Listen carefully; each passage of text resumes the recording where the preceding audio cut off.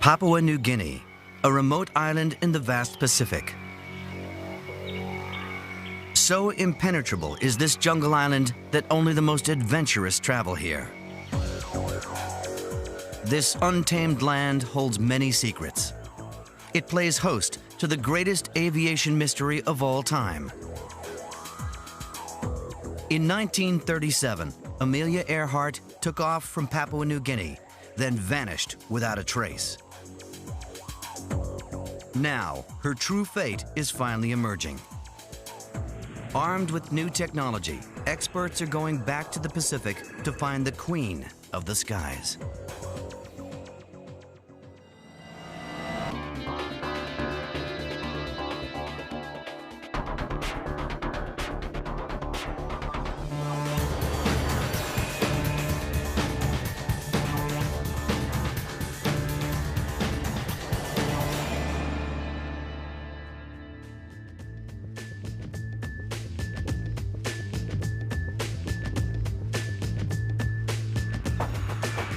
International travel has never been easier. Thousands of aircraft girdle the globe, guided to their destinations by satellite navigation systems. Pick any place on Earth, and it's only a plane ride away. It would never occur to us that our pilot might get lost. But in the pioneering days of aviation, when Amelia Earhart was flying, getting lost was an occupational hazard. When she opened up the air routes we fly today, she did so with little more than a compass to guide her.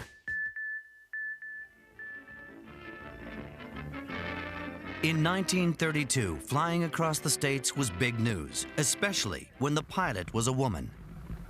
Amelia Earhart's daring and charm made her a media celebrity. People hungered for every detail of this remarkable woman's life. What did you carry on the trip? You mean to eat? Yeah, to eat and drink. Well, I carried some water, of course, because my cockpit is very warm. And I carried a sandwich in case. I didn't eat it, though. I carried some hot chocolate and the old reliable tomato juice. What kind of a sandwich was it? Chicken sandwich. When she became the first woman to fly the Atlantic, New York City gave her a hero's welcome. In an age when most people had never seen an airplane, flying across an ocean was like going to the moon. In 1937, Amelia announced her most ambitious project, to fly around the world. Contemplated course covers about 27,000 miles. It will be the first flight, if successful, which approximates the equator. The first two-thirds of the flight were successful.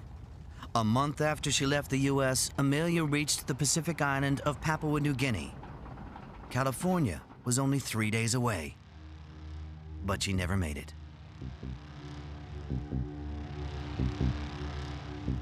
Her final takeoff on July the 2nd, 1937, was captured on film.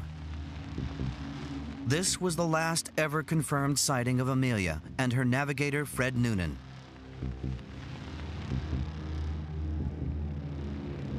They took off, then simply vanished.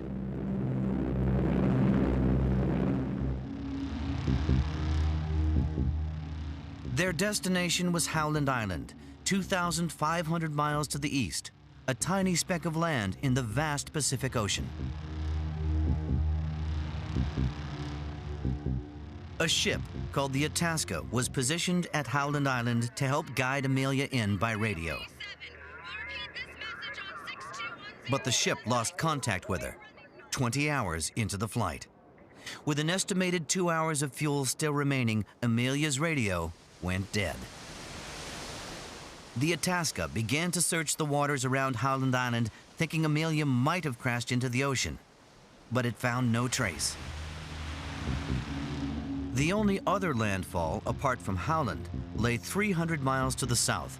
The hope was that Amelia had become lost and headed for the Phoenix Islands with her remaining fuel. President Franklin Delano Roosevelt ordered the biggest air and sea search operation in U.S. history. The Phoenix chain consisted of 8 largely uninhabited islands. The Navy searched for 2 weeks, but found no trace of the flyers. Finally, the search was abandoned. Amelia Earhart and Fred Noonan were declared missing, presumed dead. The greatest woman pilot of all time had disappeared, and history's greatest aviation mystery had begun. For over 60 years, Amelia's fate has been shrouded in myth. According to one myth, Amelia had been spying for Roosevelt over Japanese islands in the Pacific. Some claimed she had been taken captive by the Japanese and later beheaded. But the most enduring theories center on the Phoenix Islands. The claim is that Amelia did make it there, but was somehow missed by the Navy search. In one version, she lived with a fisherman on an island paradise. But investigation has shown this to be pure fiction.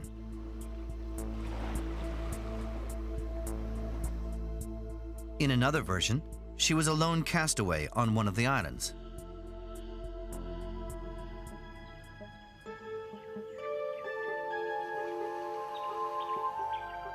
But no castaway could have survived here for long. The islands are beautiful, but deadly. Over the last decade, 6 expeditions have been mounted to the islands to search for signs of Amelia. The most compelling evidence that she was here are remnants of a woman's leather shoe from the 1930s, of a type sometimes worn by the aviatrix. But the evidence doesn't fit. The shoe was 2 sizes too big and probably belonged to a later settler. A skeleton was also found near the water, but analysis of the bones proved inconclusive. Amelia's body was never found. There is no evidence that Amelia made it to the Phoenix Islands. With apparently 2 hours of fuel remaining, she disappeared off the face of the earth. Nobody has yet come up with an answer to the mystery, until now.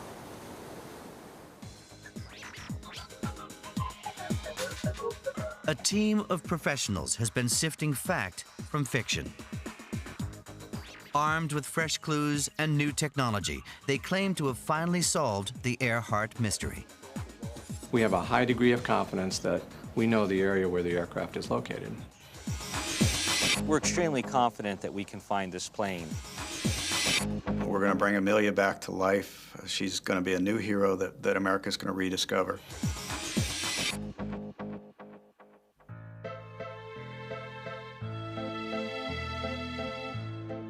Amelia Earhart came of age as the golden age of aviation was getting into swing.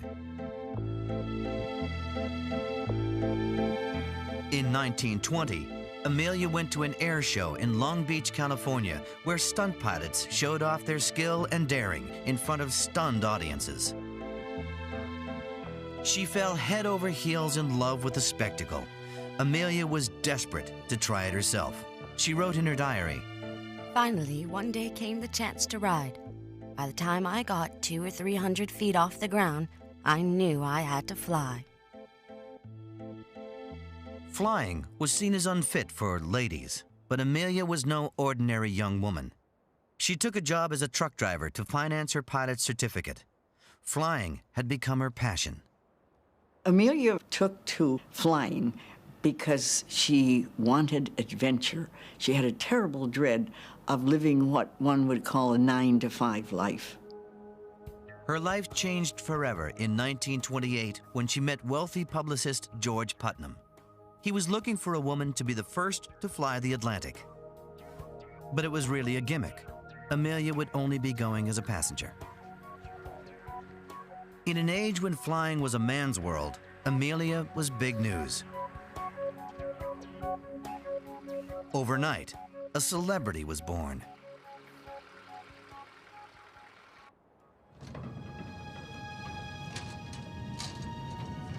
This is the plane in which Amelia Earhart first entered the record books as a pilot in her own right. In 1928, she became the first woman to fly solo across the U.S. and back. Now, an admirer retraces her steps. Antique aviation buff Dr. Carlene Mendieta is recreating the original coast-to-coast flight. She's taken time out to pilot this classic biplane on its epic journey. Mendieta hopes to gain insight into Amelia's skill as a pilot and navigator. Some modern pilots have questioned that skill and suggested it may have been a factor in her 1937 disappearance. But no one questions Amelia's role as a true pioneer. She was definitely ahead of her time. Many of her own family members wouldn't speak to her. They basically disowned her because they felt that the things that she was doing were unfeminine and totally unladylike and not acceptable. So she really fought the odds to be able to do the things that she did.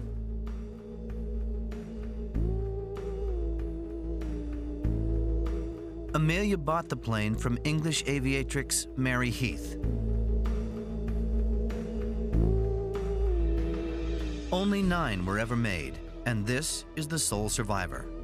An Avro Avian from 1927, restored by historicaviation.com. The body of the plane is wood and canvas. Its top speed is only 85 miles an hour. Amelia took off from Rye, New York on August 31st, 1928.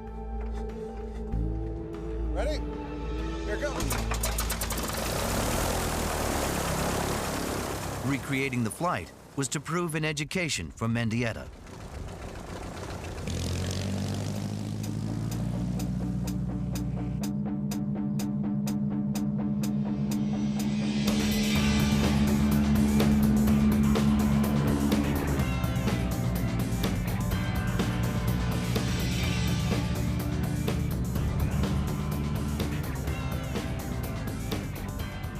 Flying this old machine is tough work, even for an experienced pilot.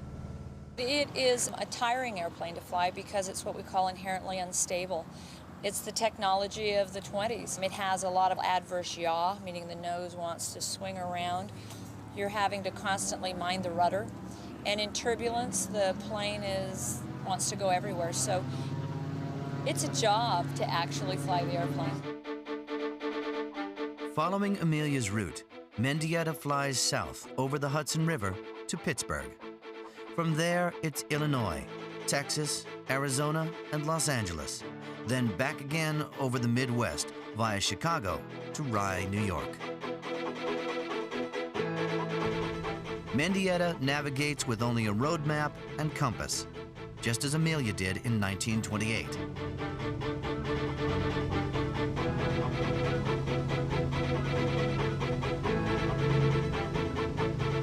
When Amelia made this flight, she experienced engine trouble and even had to crash land a couple of times, a regular occurrence during aviation's golden age. It took 3 weeks of near constant flying for Mendieta to complete the marathon journey. She's left with no doubts about Amelia's courage and skill. I know there's kind of a common theme that Amelia Earhart wasn't much of a pilot and less of a navigator, but I would dare anyone who says or thinks that to get in this airplane with just a compass and a road map from 1928 and make the trip that we just made. So I think she was a heck of a pilot and even probably better navigator. Amelia completed her historic flight on October 29, 1928. She was becoming a household name, thanks to the publicity machine of her now husband, George Putnam. Increasingly, he was behind her every move. In 1932, they decided that she would go for glory. She would try to fly the Atlantic solo in a new Lockheed Vega airplane. 25 people had died since Charles Lindbergh's crossing 5 years earlier. With only a compass to guide her, she simply pointed the Vega towards England and took off. Her mechanic gave her a 1 in 100 chance.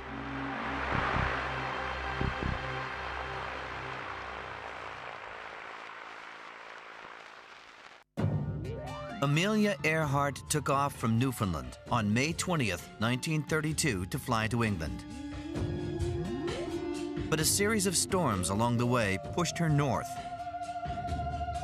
Instead of hitting London, England, she touched down 400 miles away in Londonderry, Ireland. That she made it at all was a testament to her skill and courage. The flight confirmed her as the queen of the skies. When Amelia made that first trip alone over the Atlantic, I can remember my mother beaming at me and saying, "Isn't that grand?" And I suddenly thought there were a whole lot of American women that would have loved to have had an adventure of some sort. Amelia Earhart was now the most famous woman aviator of all time. Over the next 5 years, she rewrote the record book, flying faster, higher, and further than any other woman and most men. By 1937, there were few records left to break, so she decided to go for the biggest flight of all. She bought a new plane, the most advanced of its kind in the world, a Lockheed Electra. The Electra was a twin-engined commercial airliner, the first all-metal plane ever built. Amelia planned to fly around the world at its greatest circumference, the equator. On March 17, 1937, she headed west from California to Hawaii on the first leg of her global odyssey. But the next day, she crashed on takeoff from Honolulu. Amelia blamed mechanical failure. Others blamed pilot error.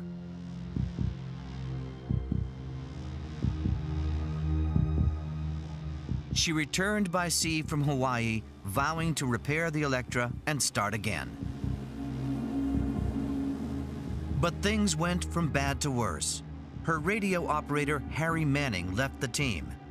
He later confessed he had lost confidence in Amelia's skill as a pilot. Instead, she would fly with Fred Noonan. He was an expert navigator with Pan American, but he was no expert with the radio. And he had a reputation as a drinker. Fred Noonan left Pan American under a cloud, which had to do with drinking. He was an expert navigator, but nevertheless, they did fire him. The entire project was mortgaged to the hilt. In order to keep it alive, Amelia was pushed into a punishing fundraising schedule. She was pushed beyond a limit in the last year. Her photographs show shadows under the eyes, a face drawn. Preparations for the flight suffered. Amelia was unfamiliar with the Electra's radio equipment, but her training session turned into yet another photo shoot. The Electra was fitted with modern direction-finding equipment, but she was not comfortable with this technology, and it's doubtful if it was ever fully functional. To make matters worse, neither Amelia nor Fred Noonan could use Morse code. To save weight, she ditched her Morse key and perhaps even her life raft. Navigation would rest with Noonan. The world flight finally restarted on June 1st, 1937. On the first attempt, they had flown west from California, but by now the trade winds had reversed, so this time they went east.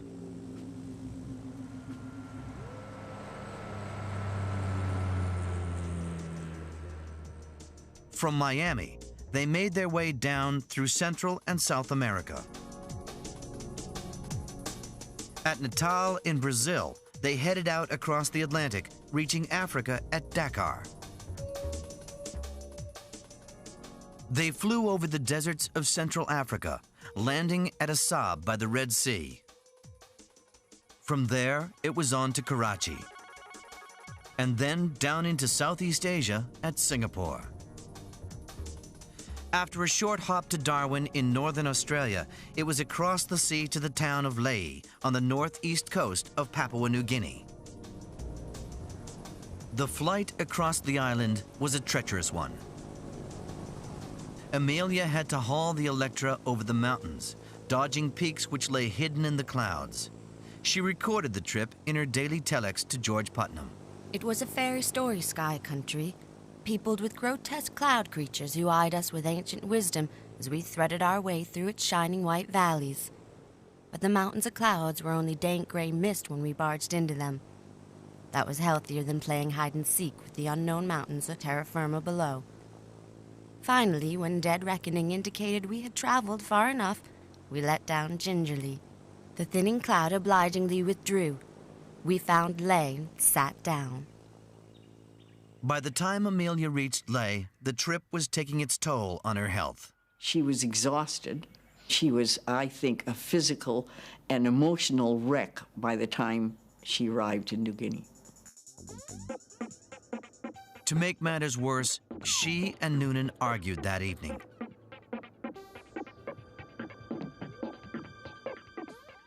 Noonan went off to a bar. Amelia telexed Putnam that she was experiencing personnel problems, meaning that Noonan had started drinking again. Eyewitnesses said that he ordered several large whiskeys and was obviously drunk. It has been suggested that Noonan's drinking may have been a factor in the impending catastrophe, though it's impossible to prove. The next day's departure was canceled due to weather and minor technical problems. For the first time since leaving Miami, Amelia had a chance to do some sightseeing from ground level. She telexed Putnam. I turned into a beautiful coconut grove before a village entrance. The village was built more or less around a central open plaza. All huts were on stilts, and underneath the dogs and pigs holed forth. In the village were several native women, almost the first I had seen, as women here are very much out of evidence. I wish we could stay here peacefully for a time and see something of this strange land. Papua New Guinea is a land of contrasts.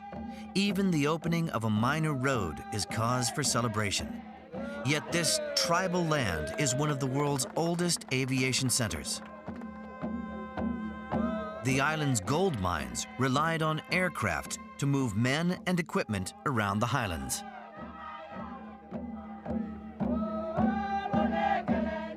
For Amelia Earhart, Lay's main attraction was its thriving aviation industry and the expertise of its pilots.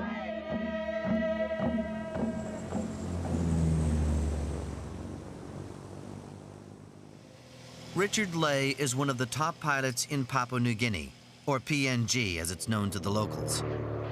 He's flying in mountains that Amelia crossed in 1937. Amelia Earhart would have needed to have been a good pilot to fly across PNG, especially seeing that she hadn't done it before. The weather changes very rapidly in the tropics, and it can be quite awesome if you're not used to it. It was this local knowledge that Amelia sought from pilots in 1937. These jungle-covered mountains are so impenetrable that the only way to really get around is by air. We're going to a place in the Finisterre Mountains, and there's a lot of people live up there. There are a few roads going in a little way, but, you know, mostly they've got to fly or walk, and a lot of them still walk. It's a 20-minute flight, but a 2-week walk from Lay to Kasanumbi village. The only drawback with the flying is the landing. You have one go at landing, and that's all there is to it. If you don't get your approach right, you're going to have to go ahead with it anyway, and if you really don't get it right, you're going to lose the aeroplane. So we get used to flying into places where we've got one shot and one shot only at landing.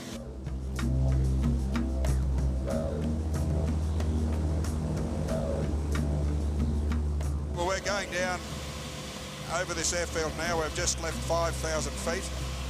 The airfield is around 4,000 feet. I'm going to fly over the top and make sure that there's nothing on it in the way of dogs and pigs or anything like that. And I'm going to do a left-hand circuit and At about midway across, there's a big ravine there. About midway across that, we will be committed to land.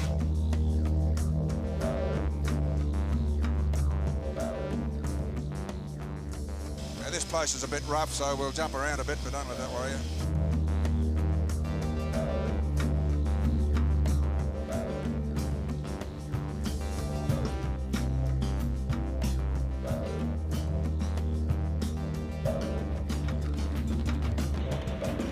We're committed to land now.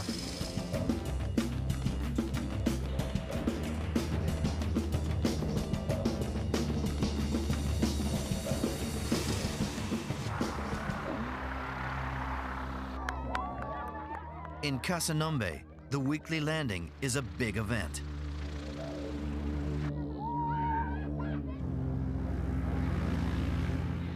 Richard ferries people and products between mountain villages and coastal towns. Without aviation, the economy and society of Papua New Guinea would be thrown back to the Stone Age.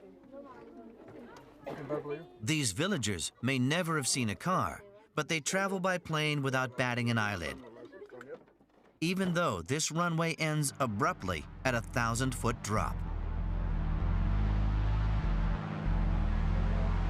Richard takes risks that pilots elsewhere wouldn't dream of.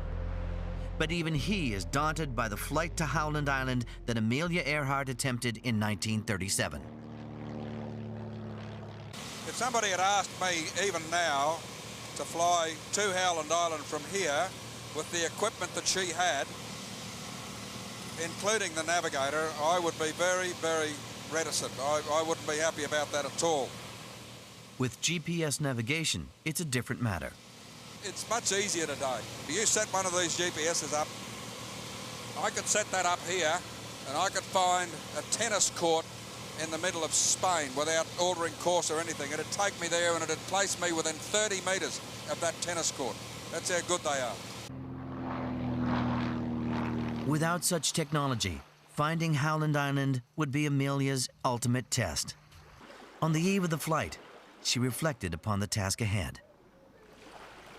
Not much more than a month ago, I was on the other shore of the Pacific looking westward. This evening, I look eastward over the whole Pacific. In those fast-moving days which have intervened, the whole width of the world has passed behind us, except this broad ocean. I shall be glad when we have the hazards of its navigation behind us. 48 hours later, she had vanished. For over 60 years, the myth has endured that Amelia somehow made it to the Phoenix Islands, 300 miles south of Howland. But now, this myth can finally be exposed.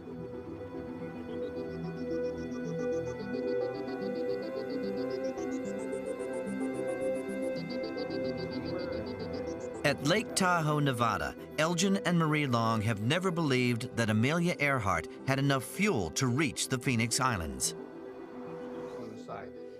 Elgin is a retired Navy pilot. In his younger days, he flew regularly to Howland Island. He and Marie have amassed a huge archive about Amelia's final flight. They know she left Leh with 1,100 gallons of fuel. This should have given her plenty of time to find Howland Island.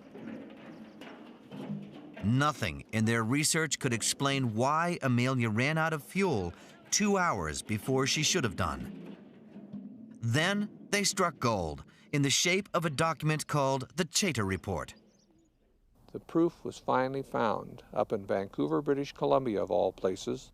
It was an 8-page, single-spaced, typewritten report which gave us all the evidence, all the proof we needed to solve the Earhart mystery once and for all.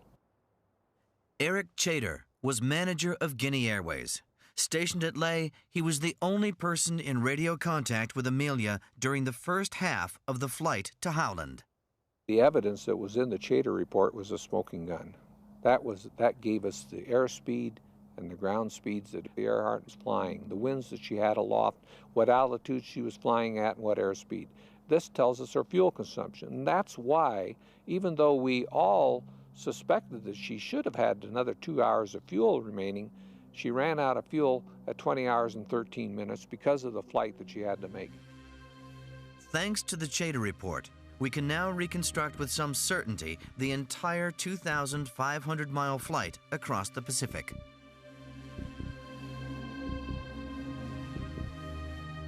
At precisely 10 a.m.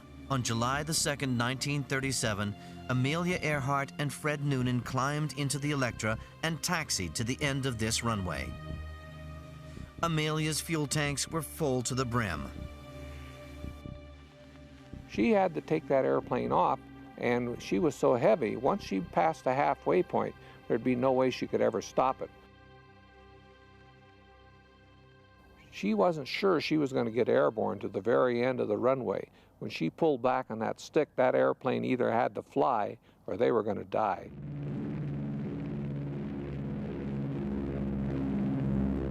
Onlookers' hearts were in their mouths as they watched the Electra belly flop towards the ocean. Only the ground effect, a cushion of air beneath the plane, kept it from ditching.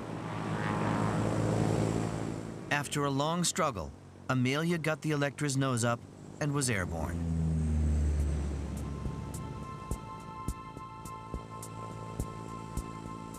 They were on their way. Amelia could have been forgiven for thinking that the worst was over.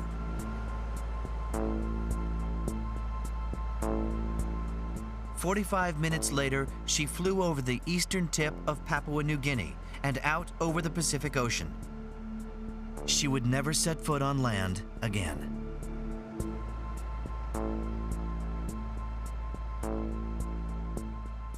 Amelia's first message to Eric Chater came after 4 hours and 18 minutes.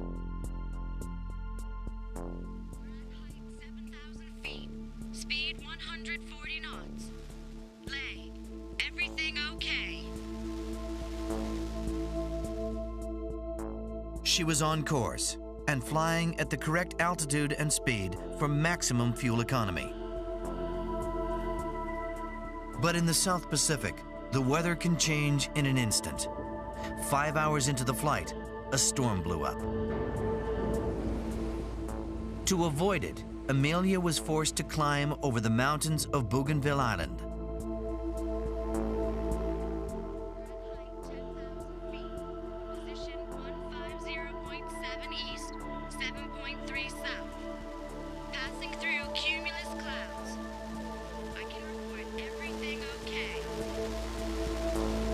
This was the last time she would sign off with her cheery trademark, "Everything okay."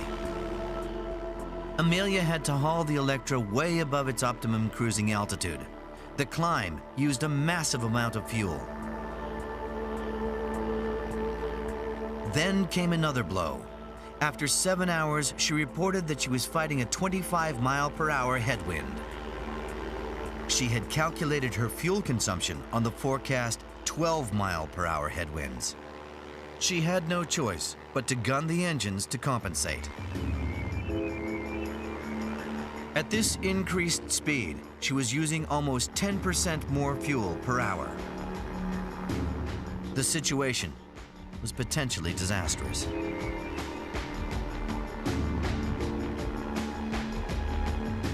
After 10 hours, they spotted a ship. They assumed it was the Ontario, positioned at the halfway point as a marker. But it was probably the USS Myrtle Bank, 40 miles further north. If uncorrected, this small error would become a huge problem over the course of 1,000 miles. Now the role of the Itasca, anchored at Howland Island, became critical. The plan was that the Itasca's radio operator would take a bearing on Amelia's voice and guide her in. Leo Bellarts received her first weak message 16 hours into the flight.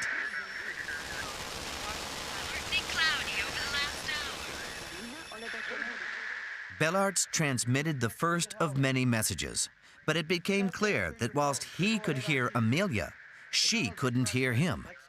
Either she was operating her radio incorrectly, or it was malfunctioning.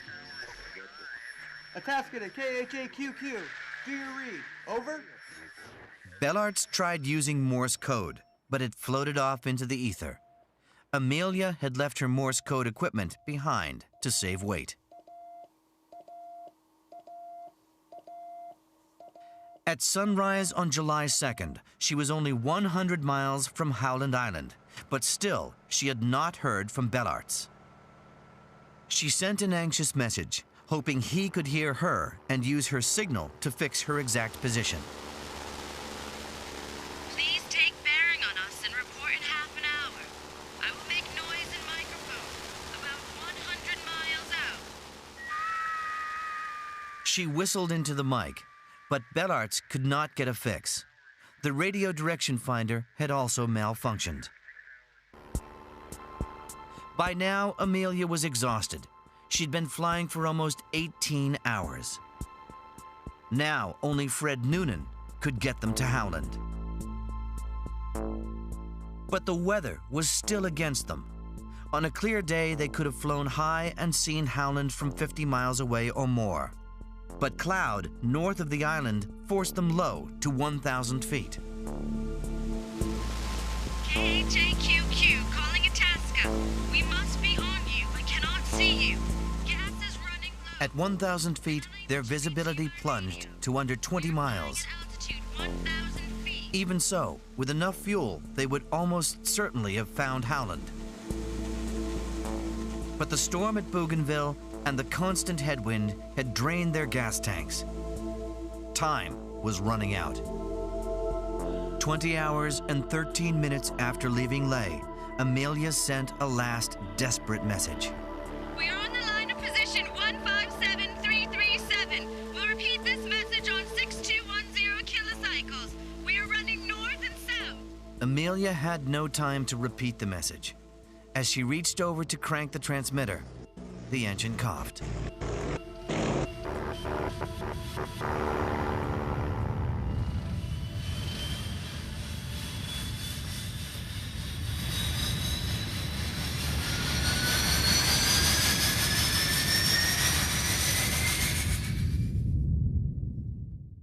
Itasca to KHAQQ. Do your read. Over. Unless the Electra is found, we can only speculate as to whether they drowned or died on impact. But we do now know that they are at the bottom of the Pacific, somewhere in the vicinity of Howland. There's no other land, shoal, sandbar, nothing, no rock, unknown island or anything within 325 miles of Howland Island. Well, if she's running out of fuel and she was in the middle of a transmission that she never completed, she must have landed in the water because there's nothing but water around there. The question still remains, where precisely in the ocean did the Electra go down? No. Elgin Long recorded an interview with Leo Bellarts before he died. Bellarts' information unraveled the mystery a little further.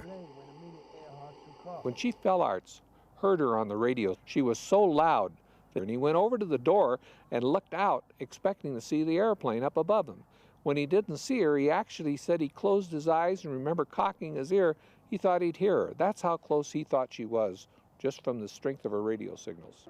Those radio signals are the key to pinpointing where Amelia went down.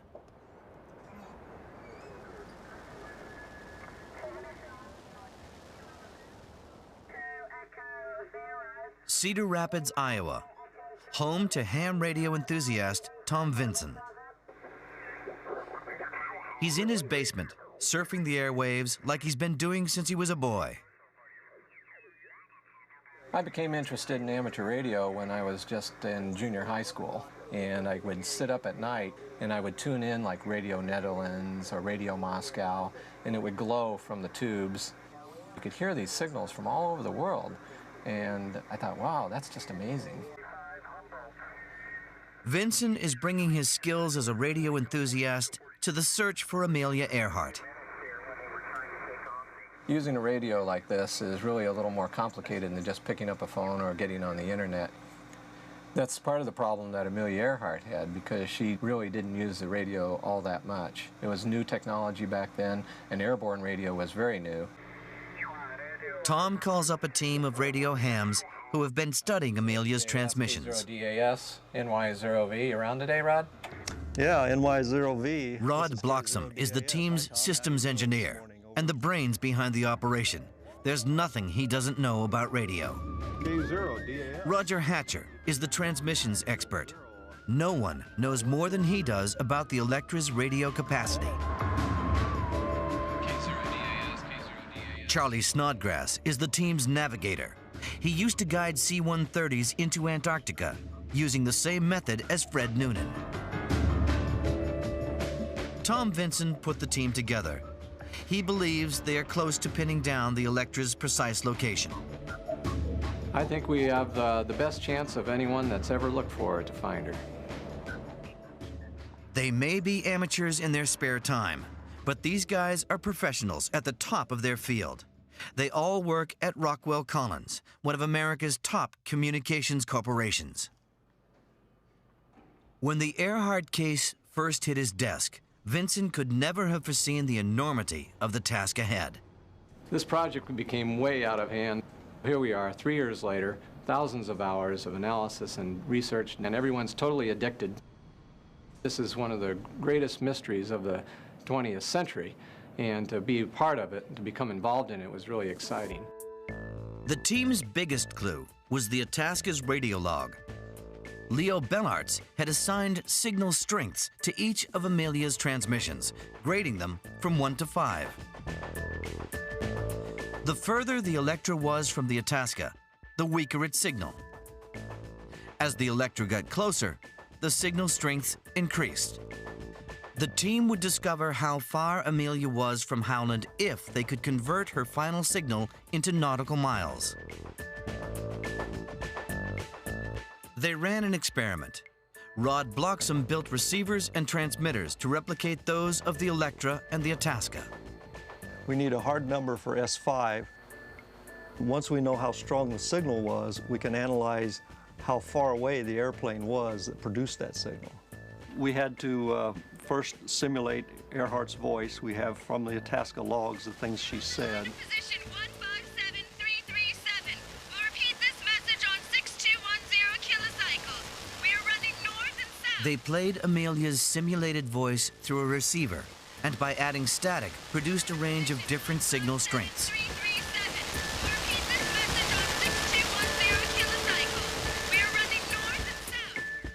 And we use this as a library to quantify just exactly what S5, S4, and S3, so forth, means in the Itasca log. The team also needed to know how the metal structure of the Electra affected the transmission of Amelia's voice. Roger Hatcher spent painstaking weeks creating a precise computer model of the Electra. Minute adjustments were then made to the library of signals. Finally, the signals were played to the team. They assigned signal strengths to each transmission. Gas is running low. Been unable to reach you by radio. We are flying at altitude 1,000 feet. Mainframe computers at Rockwell Collins have been working overtime to process the information. The computers crunched the numbers and came up with a figure for S5. The team believes it now knows exactly how far Amelia was from Howland Island when she made her final transmission. They have been able to retrace her route as she approached Howland. Their findings show that Noonan was flying a ladder search pattern in those last desperate minutes. Tragically, if they hadn't run out of fuel, the last leg of their search would have taken them straight over Howland.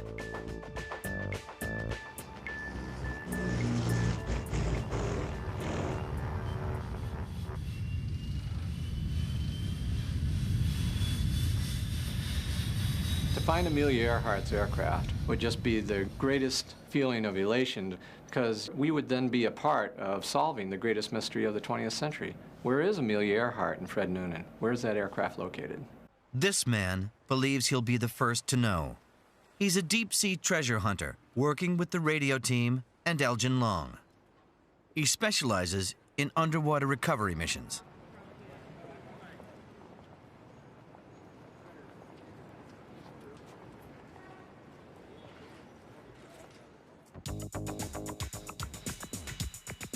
Nauticos have an impeccable deep-sea salvage record. The key to their success is a unique computer program called ReNav.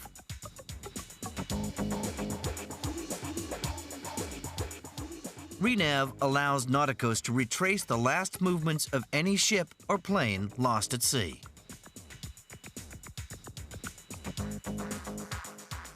Our real edge in finding things underwater begins with renavigation. You can have the best operations team and the best equipment, but if you're not looking in the right place, you won't find it. To find where Amelia went down, the ReNav program will recreate her entire journey.